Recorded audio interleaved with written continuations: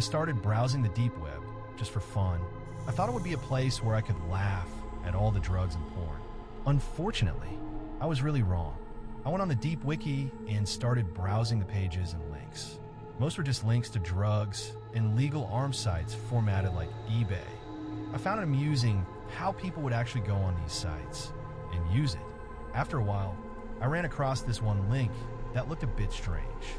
I hadn't seen it yet, so I just clicked on it and hoped for the best. I would soon learn to regret this decision. I was linked to a site that had a bunch of pictures of humans, brutally mutilated. At the very least, I could describe it as extremely disturbing. I saw the site description. I clicked on it. The site's logo was, "Not everyone was created equal. We are here to prove it." I was appalled at this. I thought whoever made this site was a sick psychopath. The description continued. "We apply experiments of different variety and intensity to different people. Many are homeless civilians who wouldn't fare much better out there than here. We are doing this for mankind." Many were homeless, and some were just normal people caught up by these sick monsters. Unfortunately, the acts done to them were truly horrible. These so-called experiments could entail starvation and wear restriction, extreme pain and torture, extreme reactions to heat and cold, introductions to infections and diseases, and even infant tolerances to x-rays, pain, and heat. At this point, I'm extremely mad, and my rage is slowly building up. How could they do this to people? After a while, I finally work up the nerve to click on one of the pictures, to look at the experiment and the result. They found that the baby died after 5 days of exposure. I see pictures of the experiment. It was horrifying to say the least. I kept clicking and viewing other experiments.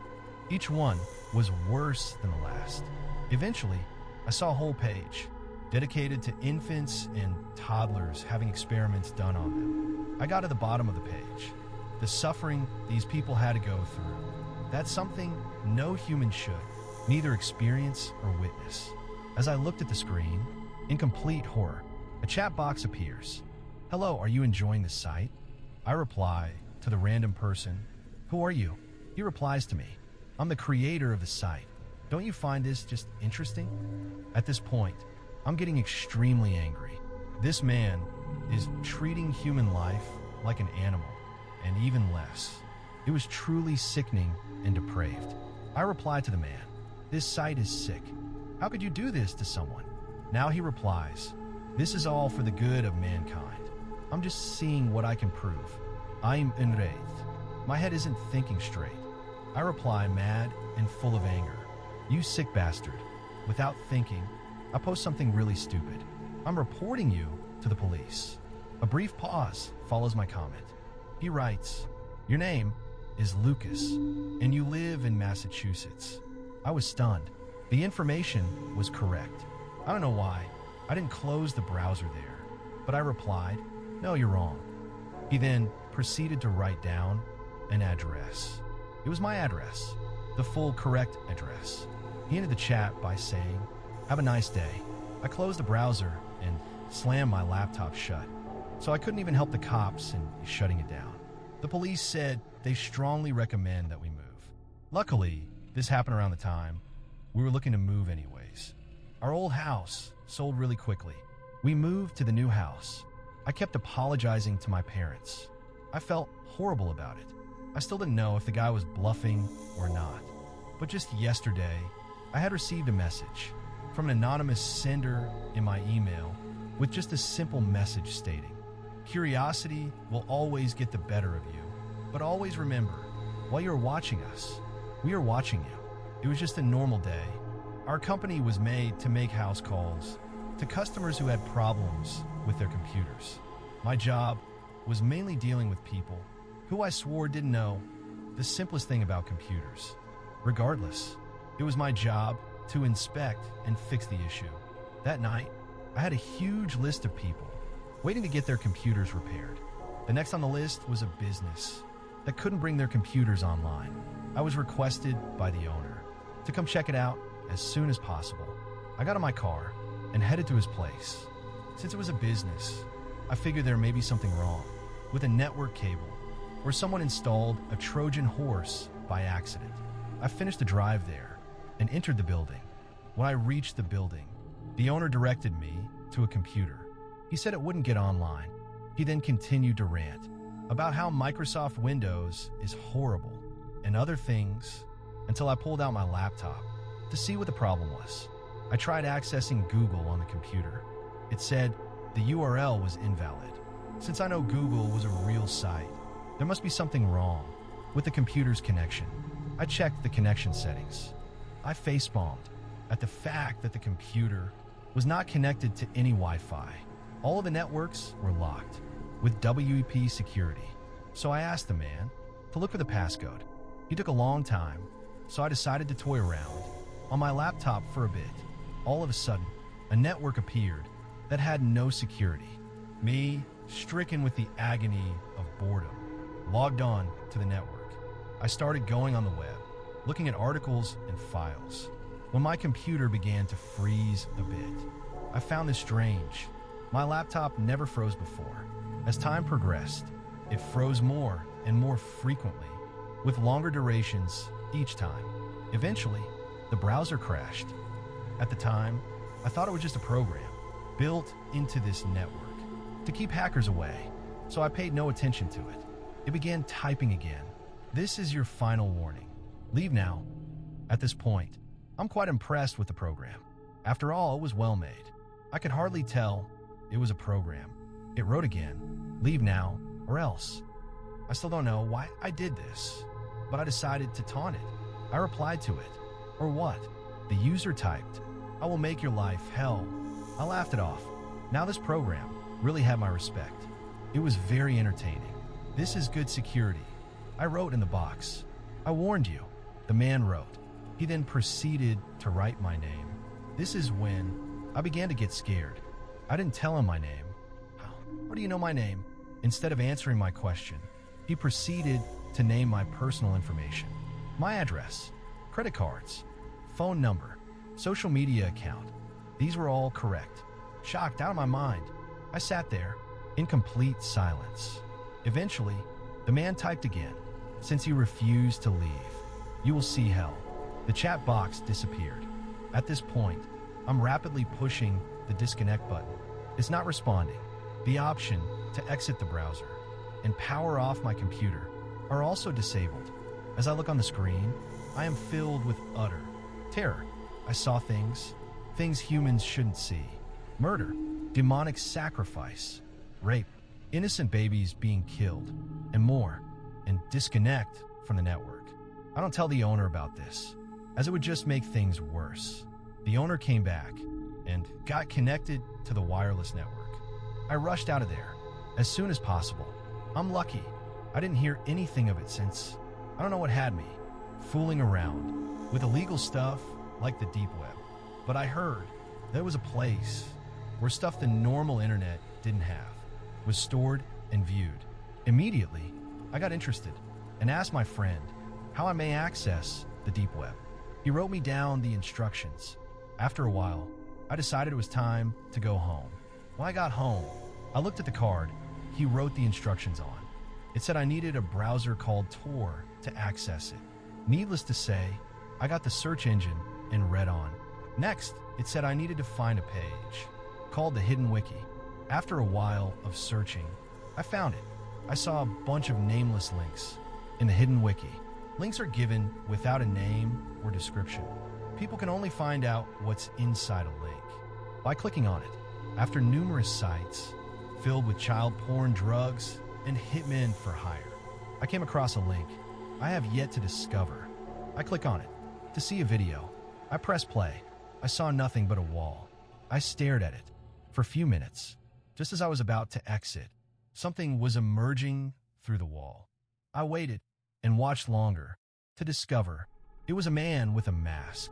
Hey there, he said. Thinking this was a prank video, I just kept watching.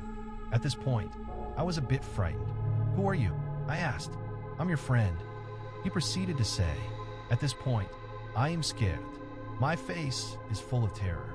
I begin to start showing my fright. Come on, friend. Don't give me that scared face. he said. This is when I got extremely frightened. Just 1 second, my friend. I will get your address so I can talk to you in real life. He proceeded to type on his computer. Frantic, I tried to close the window and get out of the video. That won't work, he said, before he had time to track my address. I got a screwdriver, removed the back and battery from my laptop. It's been some time now, and he hasn't come. He didn't have enough time to get my address. Or did he? When I was younger, my friends and I would use the Ouija board to fool around and play with. We started getting cold spots. We decided to see what would happen if we put something in them. We put a lit candle in them. The candle blew sideways. Knowing now this probably wasn't fake, I decided to ask it a question to confirm it was indeed true. What was the name of the cruise ship I went on when I was 8? We ended the session, and I went home. I was really scared. I wanted to see if it was a one-time thing. So I decided to go back to my friend's house 3 days later. I drove to my friend's house. We set up the board. We asked the same question. This time it said I had 7 days left. This made me even more frightened, and I decided to check it out again. 2 days later, we used the board again. It said I had 5 days left. I go home. I begin carrying a Bible and a huge cross with me everywhere I go. I was so afraid I would die. That was something I didn't want to happen. I was way too young. Because of that fear, I decided I should tell my dad about what happened. At first, he didn't believe me. I went on, but he thought it was a ploy for me to get out of school. I began desperately thinking of ways to prove what I was saying was true. I made a homemade Ouija board out of a piece of paper and a CD. It worked, and my dad was creeped out. He said I didn't have to go to school the day I was supposed to die. A day later, I had heard of a teenager who died in a car crash right outside my house. Her name was Emma. My mom used to be into the tarot with my dear grandmother. I love my grandmother very much. She used to tell me all these interesting stories about how she survived World War II. She told me when she was younger, she was friends with a gypsy queen. The woman told my grandmother that when she died, all the powers would be transferred to her. So one day, my grandmother was able to perform witchcraft and do the tarot cards.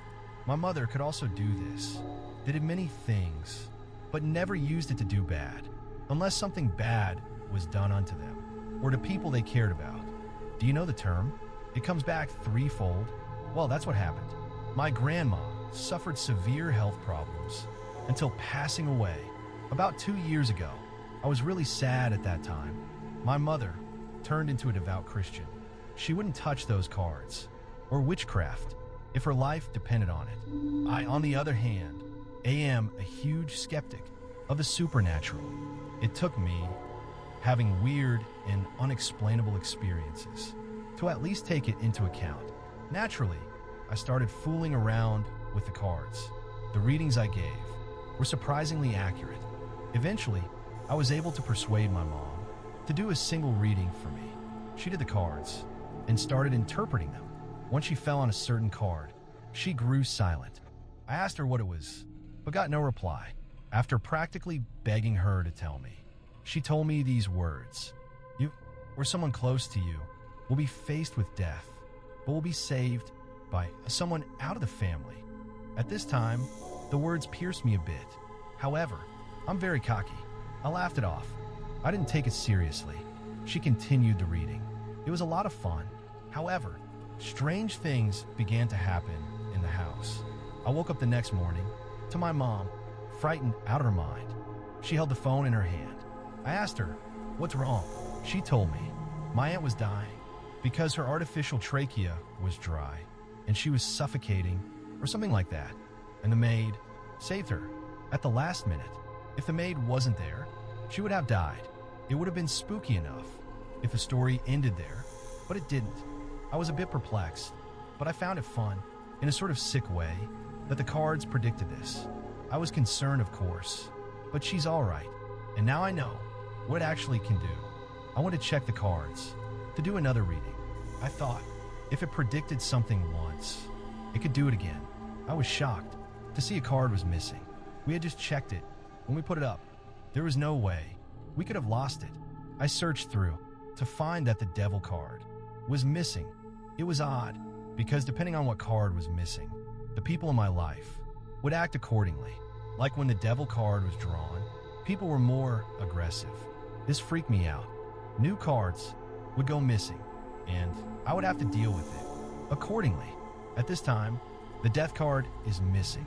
The people around me are becoming sick and having suicidal tendencies, all of which somehow come to bite me in the ass. It's like karma's sick way of paying me back. Then, I started seeing things in my room. I saw shadowy figures out of the corner of my eye. One time, I saw a shadow dart past my TV. I found this frightening because the TV was right next to my bed. However, I'd always find a way to outsmart whatever it was tormenting me, and it'd leave me alone. It was all just little things until one night, I was walking down the stairs, and I felt something push me forward with a hard force. I fell from the top of the stairs. Luckily, I was able to control my movement in air and land on my feet with only a sprain or a slight fractured ankle. If I hadn't controlled my fall, I could have easily broken my neck. Another night, I decided it was a good idea to sleep in the guest room. It has a Tempur-Pedic bed and was very comfortable. Around 4:00 a.m., I was still up and decided I should lay down. I heard a raspy voice yell my name. At first, I thought it was my dad, but my dad's voice isn't that deep. I was a bit spooked, but nothing big. Then, the covers levitate off my feet. I silently screamed and kicked the covers till they fell. I was sleeping with a fan at that time, so I tried to recreate it. It wouldn't even raise them a little. I right away noticed a pattern. The way it was tormenting me was based on the 5 senses: hearing, touch, sight, smell, and taste. I put on my headphones loud and raised the covers over my head.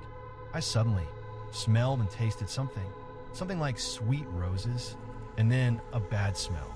I kept the covers over me. I felt something get on the bed and get close to me. It started poking me all over my body. It eventually stopped after a good 10 minutes. This is it. The last thing I could use was sight.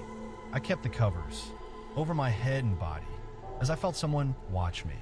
It was really cold. After a while, I felt it go away. I slowly brought the covers down from my eyes.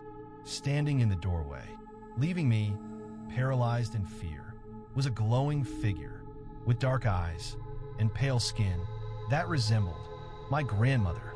She looked me deep into my soul and said, threefold,